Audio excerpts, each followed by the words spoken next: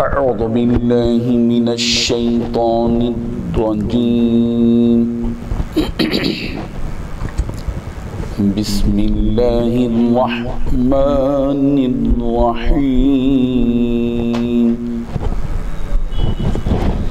ليس لك من الأمر شيء أو يتوب عليهم أو يعذبهم فإنهم ظالمون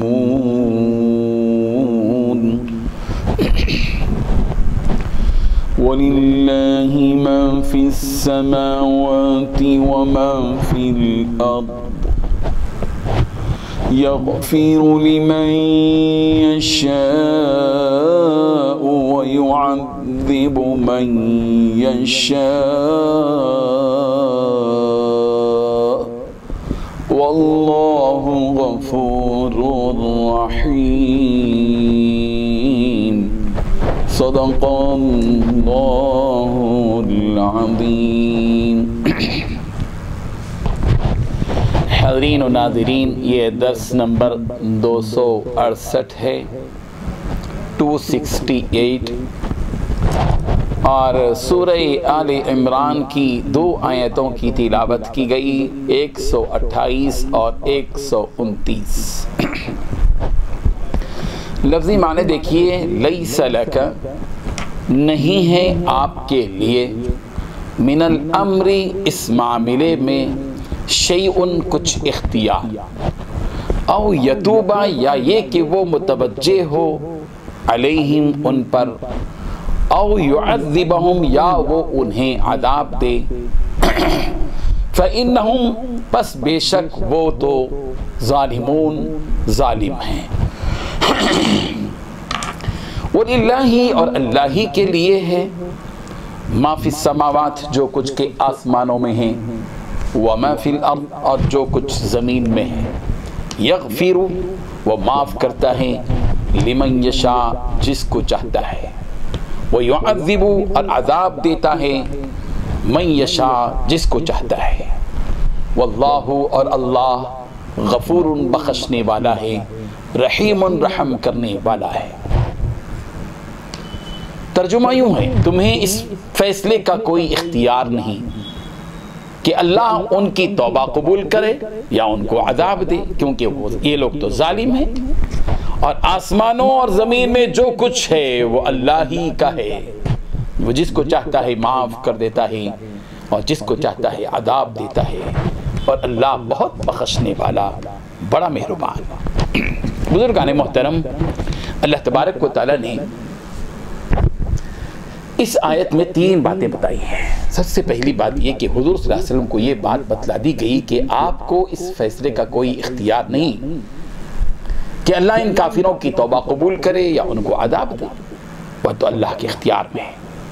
اور آسمانوں اور زمین میں جو کچھ ہے وہ سب اللہ تعالیٰ ہی کا ہے، یہ دوسری بات۔ اور تیسری بات بتائیے، اللہ جس کو چاہتا ہے معاف کرتا ہے اور جس کو چاہتا ہے عذاب دیتا ہے۔ دراصل یہ آیت اس وقت میں نازل ہوئی جبکہ جنگ احد میں نبی کریم حضرت محمد رسول اللہ صلی اللہ علیہ وسلم کے دانت شہید ہو گئے، آپ صلی اللہ علیہ وسلم کے دانت شہید ہو گئے، اور آپ صلی اللہ علیہ وسلم کا چہرے مبارک زخمی ہو گیا، آپ کے چہرے مبارک سے خون بہ رہا تھا، اور نبی کریم صلی اللہ علیہ وسلم یہ فرما رہے تھے کہ وہ قوم کیسے کامیاب ہوگی جنہوں نے اپنے نبی کے چہرے کو خون سے رنگ دیا، اس حال میں کہ وہ انہیں ان کے رب کی طرف بلا رہا تھا۔ جب سرکار دو عالم صلی اللہ علیہ وسلم کی زبان مبارک سے یہ جملے نکلے، قرآن مجید کی یہ آیت نازل ہوئی کہ لیس لک من الامر شیء او یتوب علیہم او یعذبہم فإنہم ظالمون۔ پیغمبر، آپ کو کچھ اختیار نہیں، آپ کو اس معاملے میں کوئی اختیار نہیں، تو صرف اللہ کا اختیار ہے۔ اللہ تعالیٰ چاہے تو ان کافروں کو توبہ کی توفیق دے، این ممکن ہے کہ انہی کافروں میں سے کوئی ہیرا نکل جائے، کسی کو ایمان کی دولت نصیب ہو جائے، اور این ممکن ہے کہ اللہ تبارک و تعالیٰ ان کو عذاب دے، آپ کو یہ اختیار نہیں ہے۔ اس آیت کے ذریعے گویا اللہ تبارک و تعالیٰ نے نبی کریم حضرت محمد رسول اللہ صلی اللہ علیہ وسلم کو صبر و تحمل سے کام لینے کا حکم دیا کہ دیکھیے ہدایت اور ضلالت، مغفرت اور عذاب یہ سب اللہ کے ارادے پر موقوف ہیں۔ عین ممکن ہے کہ انہی دشمنوں میں سے کسی کو ایمان کی دولت نصیب ہو جائے، اور چنانچہ ایسا ہوا بھی کہ جو لوگ جنگ کے موقع پر جنگ احد میں آئے تھے کافروں کی طرف سے لڑنے کے لیے، چلے گئے بعد میں، اور پھر اللہ تبارک و تعالیٰ نے ان کو توفیق دی۔ ابو سفیان فتح مکہ کے موقع پر ایمان قبول کرتے ہیں، صفوان بن امیہ ہیں، ہندہ جس نے حضرت حمزہ کا کلیجہ چبایا تھا، وحشی بن حرب جنہوں نے حضرت حمزہ کو شہید کیا تھا، یہ سب کے سب ایمان میں آئے، جبکہ یہ سب جنگی احد میں موجود تھے۔ تو اللہ تبارک و تعالیٰ نے یہ بات بتائی کہ پیغمبر ایسے موقعوں پر آپ صبر و تحمل سے کام لیجئے، ضلالت اور ہدایت تو اللہ کے ہاتھ میں ہے۔ اور دوسری بات یہ بتا دی گئی کہ دیکھیے وَلِلَّهِ مَا فِي السَّمَاوَاتِ وَمَا فِي الْأَرْضِ، آسمانوں میں جو کچھ ہے اور زمین میں جو کچھ ہے وہ سب اللہ کا ہے، کسی اور کا نہیں ہے، کسی کا اختیار نہیں، اللہ کا ہے۔ اور اللہ کی شان یہ کہ یغفر لمن یشاء ویعذب من یشاء، اللہ جس کو چاہے معاف کر دے اور جس کو چاہے اللہ تبارک و تعالیٰ عذاب دے، اللہ کے اختیار میں ہے۔ یہاں غور کیجئے کہ اللہ تعالیٰ نے یعذب من یشاء ویغفر لمن یشاء نہیں کہا، پہلے مغفرت پھر عذاب۔ اس کا مطلب یہ کہ اللہ تعالیٰ بندے کو پہلے معاف کرنا چاہتے ہیں، اس کے باوجود بھی سرکشی پر، عناد پر، کفر پر اور شرک پر قائم رہتا ہے تو پھر تو اللہ تبارک و تعالیٰ کی طرف سے عذاب مقرر کیا جاتا ہے۔ لیکن اللہ اپنے بندوں پر اتنے رحیم ہیں، اتنے غفور ہیں کہ چاہتے تو یہی ہے کہ بندے کو معاف کر دے، اس کی مغفرت کا سامان کر دے، اور بندہ یہ کہ ضلالت پر اتر آتا ہے، سرکشی پر آگے سے آگے بڑھنا چاہتا ہے تو پھر اس کے لیے عذاب کے سوا کوئی اور صورت نہیں ہوتی۔ اللہ تبارک و تعالیٰ واللہ غفور الرحیم، اللہ تبارک و تعالیٰ معاف کرنے والے، رحم کرنے والے ہیں۔ بندوں کو چاہیے کہ اللہ تبارک و تعالیٰ سے مغفرت کی دعا مانگتے رہیں۔ اللہ تبارک و تعالیٰ کی شان میں ہمارا یہ یقین ہو کہ اللہ تعالیٰ ہمارے گناہوں کو معاف کرنے والے ہیں۔ ہم گنہگار ہیں، اللہ کی نگاہ میں مجرم ہیں، گندے ہیں ہم، لیکن یہ کہ اللہ کی شان تو پاک ہے، سبحان ہے وہ۔ ہم تو بار بار اعلان کرتے ہیں، رکوع میں جاتے ہیں تو کہتے ہیں سبحان ربی العظیم، سجدے میں جاتے ہیں تو کہتے ہیں سبحان ربی الاعلی وبحمدہ،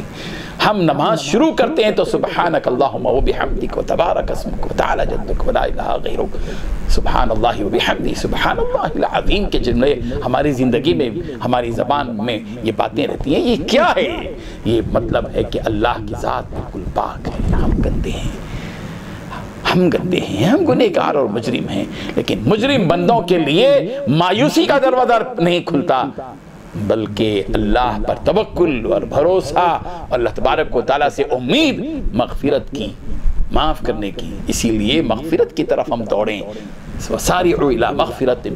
اللہ کی مغفرت کی طرف دوڑو، اس کی جنت کی طرف دوڑو۔ تمہاری دوڑ تو جنت اور مغفرت کی طرف ہونا چاہیے، چاہے تم کتنے گنہگار ہو مگر مغفرت مانگتے رہو، بھیک مانگتے رہو۔ اللہ تبارک و تعالیٰ مختار کل ہیں، چاہے تو معاف کر دے ایک جھٹکے میں۔ ان کا ہاتھ کون پکڑنے والا ہے کہ اللہ کسی کو معاف کر دے تو کوئی کسی کا ہاتھ نہیں پکڑ سکتا، اور اگر کسی کو عذاب دینے کا فیصلہ کر دے تو جب بھی اس کا کوئی ہاتھ نہیں پکڑ سکتا۔ اللہ تبارک و تعالی ہمیں اس آیت کو سمجھنے کی توفیق عطا فرمائے۔ وآخر دعوانا ان الحمد للہ رب العالمین۔ لا الہ الا اللہ، لا الہ الا اللہ۔